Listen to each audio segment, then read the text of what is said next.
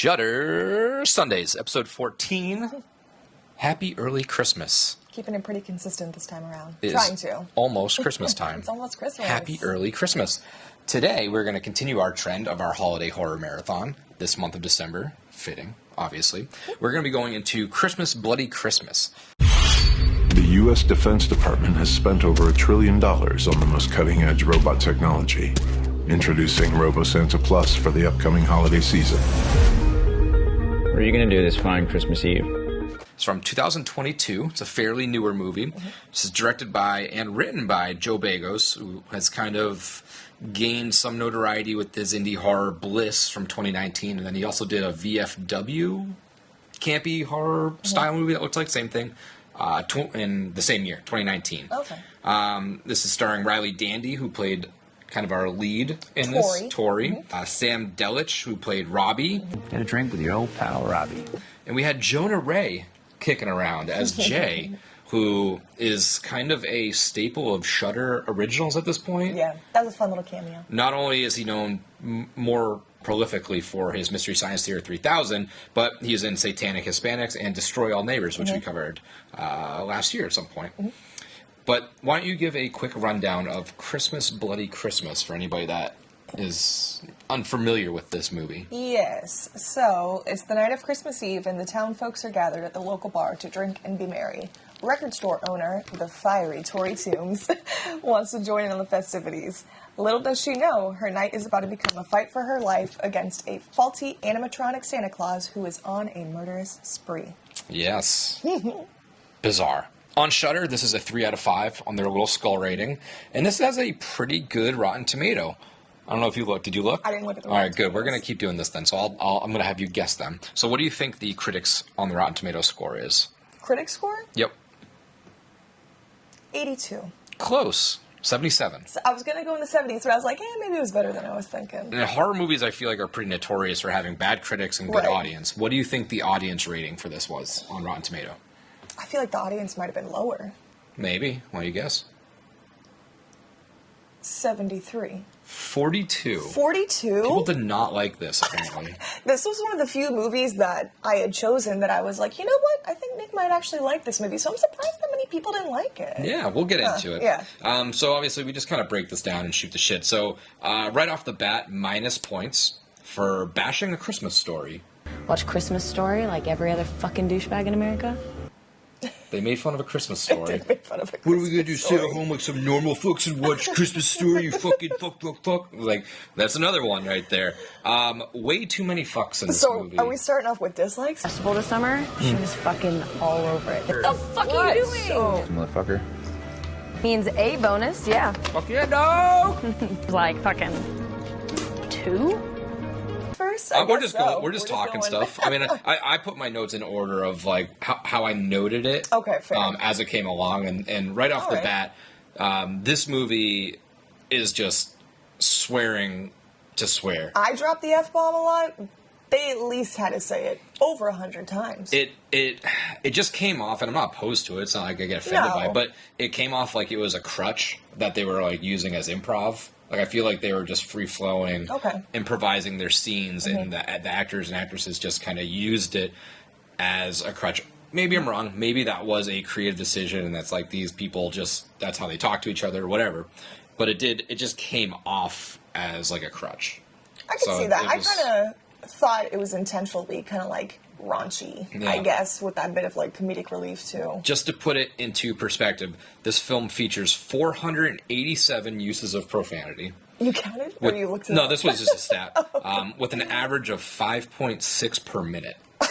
That sounds about right, honestly. Pretty excessive. This movie, I think I enjoyed it a little bit more because since when did putting military-grade technology in toys go wrong? Can anybody else tell me when it went wrong? No? Okay. 1998, Small Soldiers. One of my all-time favorite movies. They made it strong. They made it clever. They made it small. Commandos, attack! Same thing. They thought put that's what you were gonna military-grade technology into toys, and wouldn't you know it, it does not go well. So, I don't know. Maybe they missed that Joe Dante film in this universe, but they should have learned their lessons because Chip Hazard was a menace to society, and I think he might give this Santa Claus a run for his money. One note that I know you'll... Why don't you talk about the soundtrack? Because I put note of that it was very good too, but I'm sure that was something that you had on your list. I did. I feel like I always point out the soundtracks for the films that we do, but I put the soundtrack was really good along with the cinematography. I feel like it was kind of like that dark, ambient, but then had some more of like heavy rock and then some throwbacks in there when they were playing all the vinyls in her house. Really good mix of a soundtrack, honestly. It did have that synthy vibe at times too. I love and then it was weird because they're very like rock aesthetic. They work at like this record store and it's very like punk rocky, leather jacket. But then the soundtrack is like very synthy, which matches the way it's shot because it is shot really cool. The lighting is really good. They go heavy in those red and greens because it's Christmas time. It encapsulates Christmas very well with the lighting and the snowy atmosphere. It was nice. But it's that cool trippy vibe too where almost like it's being illuminated by neons. You have, I mean, the record store is kind of that same thing. When they're in the toy store, it's kind of lit up as if it was nighttime, but the lights were still on, the neons and the advertisement stuff like that. So that gave it just a cool little glow look, which I really liked in that sense. But the comedy and the banter between the two characters, was it Robbie and Tori, right? Yes.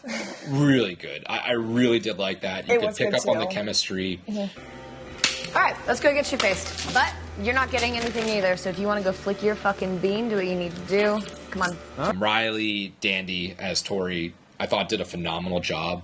It's acting in this weird. was really good. Maybe because this is so new, 2022, that maybe her big break is coming, and hopefully it is, because I think she did a really good job in this. I was looking at her filmography. She's done a couple other regular Christmas movies, which I was kind of surprised too. But then she was in, I should have looked at the title name, but one other thing that I think she was pretty well known for that came out last year, if I'm not mistaken. Yeah, but I if you told me in 3 years that she was like getting a lead in like some Blumhouse movie or whatever, I wouldn't be surprised at all. Because she'll probably fit right into that category. And harping on their chemistry, there was one scene in particular that I thought was hilarious. I think they had got back to her apartment, and they're just like screaming and fighting with each other, and they were talking about Pet Sematary 2.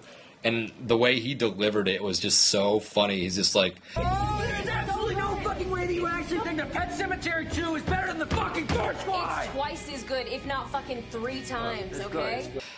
there's no fucking way you think Pet Sematary 2 is better, no fucking way! And just slamming it. I was like, it's so good. References in this too. And it's a good... They have great taste, both of them. It's a good back and forth banter where it is. She was just... She plays that... I feel like it was kind of cringy at times, though. It was a little cringy because she picked the snobby route over everything just to, like, say... to come off pompous and be like, oh, I know more than you. Soundgarden. Cornell cuts his hair off, opts for the Spencer's gift tips with the frosted spikes, and then the motherfucker's really super unknown. Boom! Right there, bitch! It's like, dude, Pet Sematary 2 is not better than 1, but she'll make those like stances and die on those hills just to like I think annoy. I think it's one of those things where she herself doesn't even believe it, but she just wants to be like, I'm better than you, and that was just like it's a fun dynamic. This movie did good with comic relief because it wasn't over the top and it wasn't too in your face, but the stepbrother they're in the house. Or was it her sister's husband, Mike? Brother-in-law, yeah, that's what it was. Brother-in-law, Mike. They live in kind of a duplex flat style thing. So Robbie and Tori were upstairs Christmas Eve, I think, just drinking, hanging out. They had nowhere else to be. And the sister and brother-in-law were sleeping underneath. And then this is where Santa is coming to attack the house, which... makes his first appearance, I think, kind of. To them. For them. Yeah. Yes. Which is kind of weird. I didn't really ever figure out why he was systematically hunting them in particular. Because I feel like he traveled from the toy store all the way to specifically their house. Followed them, yeah. Maybe because... But stopped at the neighbor's house first. Yeah, too, so I don't know why it he was just on the hunt for anyone, I guess. Yeah. I mean, but if he was, I don't feel like he would have gone right there. neither here nor there. But the Santa is like attacking the house, and they're all freaking out, and they're waking up them. They're like, "You have to be quiet, quiet, stop," and then the doofus brother-in-law is just like, what? And they're like, "Get the keys." He's like, "Well, God, I guess I'll get the keys." And he's just like throwing everything around, making noise, and the Santa's like, outside. Mike, shut the fuck up, you fucking idiot. It's actually really funny, and I usually don't like comedy, especially in horror sometimes. Shut the fuck up, you cunt. Okay, do you want me to get the keys or not? Fine, I'll get the keys. Jesus. And he's like, "Oh, this fine, was actually I'll get the keys, Jesus!" And he's everyone's crouched down on the floor hiding, and he's just walking around like, "Doo doo doo, nothing's happening here." But again, if you woke me up on Christmas Eve and told me there's a robotic Santa Claus murdering people, or somebody's murdering somebody, I'd probably be the same way too. I don't know. With all the stuff we're into, I'd probably believe it. Yeah. There was a good little bit that it's Robbie's car that they drive. That it sucks. Oh, the piece of shit car. The piece of shit car that like the door won't open on one side. I was really glad that they did what I thought they were going to do, which was they made the whole aspect of that car door not opening come back around in the story. It wasn't just like, "Oh, his car sucks. This doesn't work. That's it." They bring it around full circle towards the end in one of the climactic Act 2 scenes where it's like, okay, we need this door to open. It's not. It was a good way to introduce it. They set it up and they kind of knocked it down for me. The very ending area gets a little meh for me. Dragged on. It drags. Yeah. It's too samey. It's it's just Santa very attacking. long kill sequence when you think he's dead. This is pretty He's just much never dead. the He's Michael the Michael Myers Myers of Santa Claus. Yeah, Exactly. yes, which is fine, but like you got to break it up a little bit because each sort of invasion felt similar. It's like, oh, he attacks the toy store, he attacks the apartment, he attacks the police station, he attacks the record store again. Like it's the same, which is fine for the one or two, but you do have to find a way to switch it up a little bit because every time you think you kill him, you don't kill him. He's bad. It's now he's more just wires, and it got a little samey. But she was like driving the ambulance. Didn't they blow the ambulance up? I thought they blew the ambulance up too. Yeah. Okay. All right. I did. There's no way that thing would be running. No. And she was driving not it around. At all. I mean, I know ambulances are pretty like industrial for that kind of reasons, but not like that. No, it blew up. I'm pretty sure the Santa Claus blew it up with the police officer when he was out there. Yeah, they blew it up. It was insane. A lot of the good practical effects though, because they really blew that thing up. That wasn't a CGI explosion. No, I didn't think if it did, it didn't look like it. Michael Bay must have produced this film. Right. One thing I was going to say though was that there was just like no people in this town though, other than the scene when they were at the bar. Where the fuck were all these people? I get it was Christmas Eve, but like low budget, even with all this indie stuff going on, like they didn't hear. I mean, maybe I'm just used to seeing. Actually, that's what I was saying. Was everyone supposed to be like out of town because it was Christmas Eve? That's why no one helped them. I can buy that they were at home I feel like you sleeping. see is just the family, the neighbors. Yeah. When Santa Claus goes there first, and they killed the kid, so that was cool. They did kill the kid. Bonus points for actually killing the kid. They did kill the kid. I can buy that. They kind of closed. They worked. They closed the bar down. I can buy it. I don't know if they made a reference at all to like exactly what time it was. So I can buy the fact that it was like late in the morning because the bars were closed and they had to go home. Late at night. Well, yeah. But no one like heard anything. Like driving the ambulance through the streets, all the stuff with the cops, like the blow. I don't know. I don't know. You have to look past But some this is stuff. just like minuscule things I'm picking out because I did enjoy this. So now we kind of like anything else you want to talk through before we get into our breakdowns? Yeah, so spoilers included, as we've prefaced that before. I really hate that they killed off Robbie. Yeah, we'll talk about that. Pretty early on. Oh yeah, I didn't like that. I didn't like that decision really. But I'm sure we'll discuss that in a little bit. So let's get into the good of this movie. Okay. So what did you put for the good? So, see, I feel like the way you're doing this, I feel like we already talked about a lot of the good. So for the good, I had really encapsulated the feel of Christmas, all the lights in the snowy settings, the small town vibes, soundtrack was really good along with cinematography, the acting wasn't bad at all, and I had good comic relief. Yeah, I like the soundtrack. That's a good way to hook me. I can look past other stuff if you like really nail smaller aspects of a film for me. The vibe, I put the vibe. I liked that, just simple story, kind of, these middle-aged people kind of stuck in life, but it just felt relatable. Didn't everything too hard. Punky. Like it just kind of fell into that wheelhouse that I like. And this is a simple slasher story. Like they didn't try to do too much, which stories can kind of get lost in, which is a little meh. They just kind of stuck to it. I know we talked about it tailing on and kind of being a little too samey. I do wish they tailored a little bit different, but they did keep it simple. They didn't try and do too much. Right. The visuals and the color, that's again huge for me. If you can hit soundtrack and the visuals, even if it's a movie that I don't love, I'll probably still enjoy it. Jamie just made me watch I Saw the TV Glow. I didn't hate the movie, but I didn't love it. I thought the story is whatever. I know we're talking about a different movie, but like, point being, it was shot really well and it had a cool soundtrack, so I don't hate it. If it had bad video, if it was just I'll shot, take it. if it was shot normal and had like a mediocre soundtrack, everything else would kind of fall flat for me, and I'd be like, meh. But this is a good way to kind of hook me into a movie, make it look cool, make it sound cool, and I'll buy in. So, bad. What did you have for the bad? Well, as I previously mentioned, that they killed Robbie off. I feel like him and Tori had really great chemistry, but I do kind of think they were going with having Tori be like the final girl, which I think she executed great. I think she was awesome. Yeah. But I also drop the word fuck easily 100 times, which we talked about too. It was just, 300, so less than what I thought. I was going to say less than what I thought. And then kind of we touched on it too. It dragged a little bit towards the end for me, which was all. Yeah. Just a very long sequence that could have been cut down a little bit. But they had to pull the Michael Myers card where he never dies. So I get it. For my bad, I put the script and the dialogue. Like we said, I just said it was simple, and that's nice. But you can make a simple story and just adjust it a little bit to make it better. Dialogue, I don't know if all of these swears were written in there or if it was improv-y. It came off to me as a little improv-y. But I would have just given them a better reason as to why Santa's hunting specifically Tori and Robbie, it felt like. Like, in the very beginning, they meet their other friends, Jonah, at the toy store because he's hooking up with his girlfriend at the toy store. And then they walk past, like, the Santa statue there because he was on display for sale. New animatronic state-of-the-art Santa Claus, featured at our own TW Bonkers, is now the subject of an international recall. I would have had maybe them, like, slap the Santa or, like, push him over.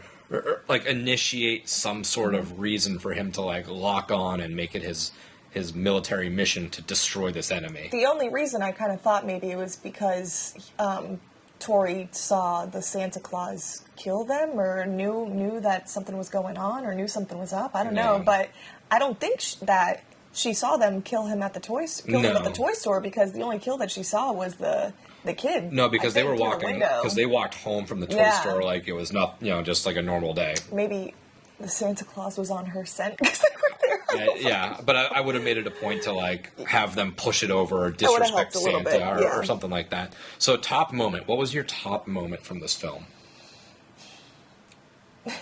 Sounds kind of corny, but honestly, the end, I feel like there's a really good final girl moment for Tori. It's him. Oh, Santa Claus? Yeah, it's fucking Santa Claus.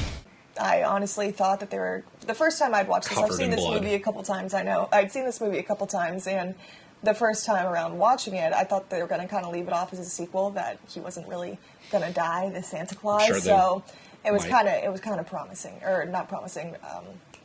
What's the word? Misleading? Not misleading. Fulfilling? Fulfilling to see that he was killed off at the end. But then there was another scene that I really thought was funny too, when the first cop showed up at their house, and then the Santa Claus gets a hold of the cop's shotgun or someone's shotgun, and Tori's like, "You fucking idiot, get in the car, come on!" And then Santa Claus blows the cop's head off right there, and then she's like, "Oh god damn!" And then she tries to drive the cop car, and I thought that was a good scene. That's part of my top moment. I sort of encapsulated my top moment as the house invasion. Santa? Everything from when they kill the kid to the comic relief, but it's not over the top, all the way through there's jump scares, there's that hard green and red green and red lighting, and then when they kill, the shitty neighbor and the cop, it's just that whole sequence is really, really good, because a lot from the story unfolds there, and that is the major catalyst of the story, which is, it was done really well. And that was another character we didn't really talk about, but they referenced the neighbor earlier, like how annoying he is about his car, blah, blah, blah. And then they circle back to it where, they're trying to escape, they hit his car, Santa's still somewhere lurking as the slashers do, and he's out focused on this car. I was like, look, you put a scratch on it, you put a dent. Come on. They're like, get out of the way. Santa's coming. He's going to kill you. He's like, oh my God, I can't buff this out. This is, you're a fucking loser, Tori. You're an idiot. And then he just gets absolutely murked by that Santa. But that whole sequence for me was kind of my top moments in that sense. But what would you change about this movie?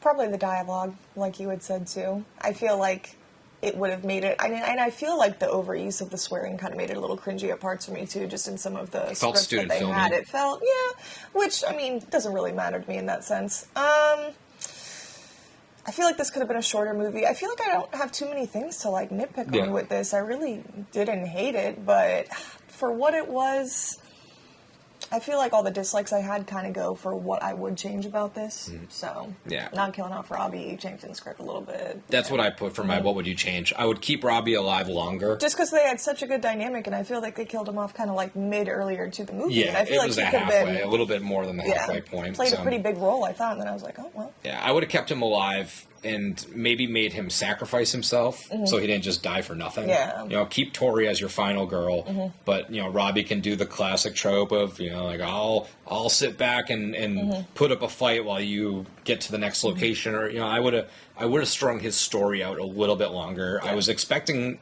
in that scene when it happens, I was expecting him to still survive somehow, like get up and survive, and like he's just now he's kind of wounded. Damn, they actually really killed him. Yeah, but no, they polished him off real quick. But that's what I would have changed. Still kill him, but the longer he's in the movie, the more emotional attachment you have to it, and I think it would have made that moment just a little bit more oomph on it. So who's this for? This movie? Who would you suggest this movie for? For anyone who likes raunchy comedy horror with a lot of slasher elements, I think this will be perfect for you. Also, with a mix of holiday horror, if you like that kind of stuff too.